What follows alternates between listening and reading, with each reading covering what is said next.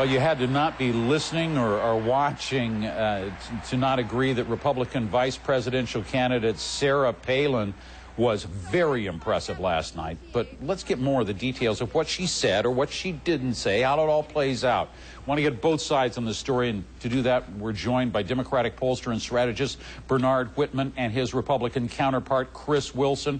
Gentlemen, thanks so much for being with us there from St. Paul. And let me give you a free one here and start with you, Chris. Your impressions. How did she do last night?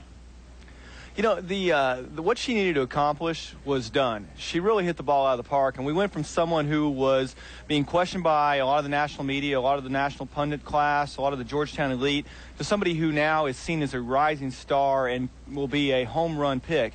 And I think what it did is it sort of verified the McCain process and going through and arriving at her as a vice presidential candidate. And it's going to be very interesting to see how it plays over the next couple of months. But from this standpoint, she did exactly what she needed to do last night. She energized the crowd. She energized the base. And I think she was able to show to women everywhere that she does represent what they want to see in an elected official. Bernard, was he watching the same speech you were?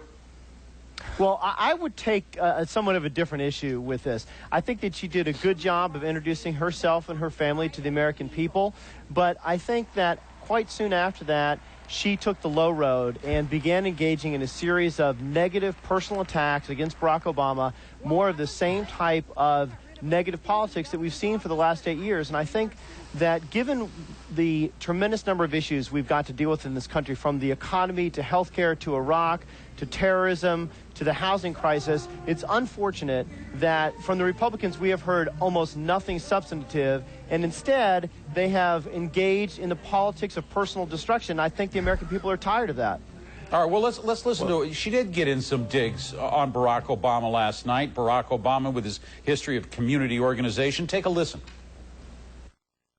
I guess a small-town mayor is sort of like a community organizer, except that you have actual responsibilities. Chris Wilson, you know, that was one of the things that, you know, people point out, but this was really good speech writing, wasn't it? I mean, this wasn't the issues. You know, it's a brilliant twist of phrase, but what does it mean? Well, I think what it means is we did see her lay out what she wants to accomplish as vice president. We saw the differences laid out between her and Obama. And if we want to talk about, I mean, just to go to what Bernard sort of discussed in terms of who a person was talking about or what her overall points were or whether or not she made too much of an issue of the Democrats, at the end of the day, we really had a person, a candidate, who did a much better job of detailing differences between the Republican ticket and the Democrat ticket, the experience that existed, and Democrats overplayed their hand. They went far too negative against her. They tried to make an issue out of her experience, and what she did is laid out point by point how her experience as an executive was far superior to that as a Democrat ticket. Yeah, Bernard, let me ask you, are you worried about, really the Democrats worried about her experience, given the lack of experience for its own candidate, Barack Obama? Are you really more worried about what experience is she going to give Democrats out on the campaign trail? She's feisty. You know, what I'm worried about is the fact that we haven't heard a single I have not heard the word economy mentioned a single time here. And what worries me should worry the American people.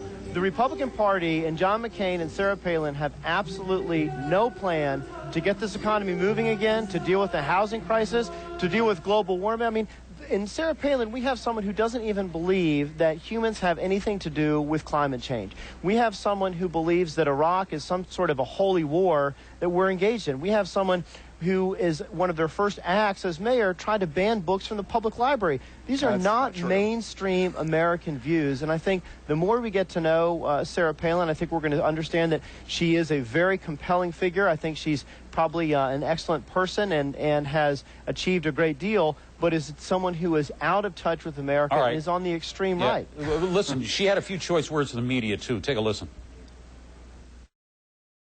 Here's a little news flash for those reporters and commentators. I'm not going to Washington to seek their good opinion. I'm going to Washington to serve the people of this great country. That sounds great. Chris Wilson sounds great, but you know what? The news media, not only is it not giving up, it shouldn't give up. This woman has all kinds of problems back at home, political problems. Was she interceding in state politics here on behalf of her sister, family affairs? There's a lot of questions that are still out there. And you know what? John McCain, what? 48 hours before this convention, John McCain was giving her the nod. This wasn't vetted properly.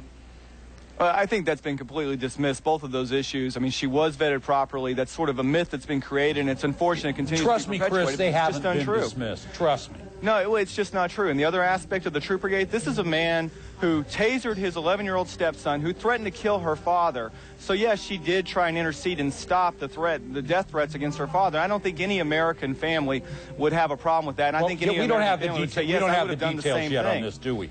Really? Well, I think they were pretty There's filed, well detailed this morning in the Washington Post, and I think they have been brought out. But from a standpoint of what she wanted to accomplish and what she needed to do and what she believes in, I think, again, we've got a candidate here that did a great job last night, and the next 2 months will tell the difference as to whether or not she represents the American people. But I think she did a good job last night detailing her vision and talking about the economy, and she did mention it. Bernard and I don't think we're listening to the same speech. And she also went very hard into the issue of Islamic extremism and terrorism, and that's one thing we didn't hear the Democrats talk about once at their convention. And let's face it, that is going to be one of the top issues going into the fall, is protecting this country and making sure that we are safe.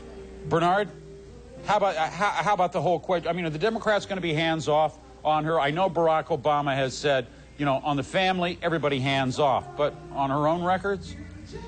I think her record is absolutely fair game, and I think that the public and the media should ask questions, not about her personal life. I think that's entirely inappropriate. But who is Sarah Palin?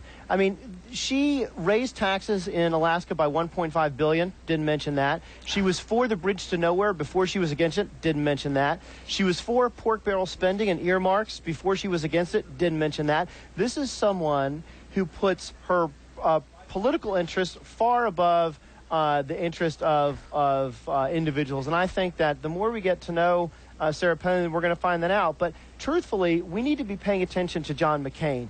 He leads the top of this ticket. He's someone who clearly, by his own admission, doesn't know a whole lot about economics. And we haven't heard a single mention of how we're going to get this economy moving again. That's what troubles me as a Democrat, and I think that's what troubles the American people. All right. Bernard Whitman, Chris Wilson, I want to thank you both for being with us and giving us two sides here on the Palin speech. A long way to go yet.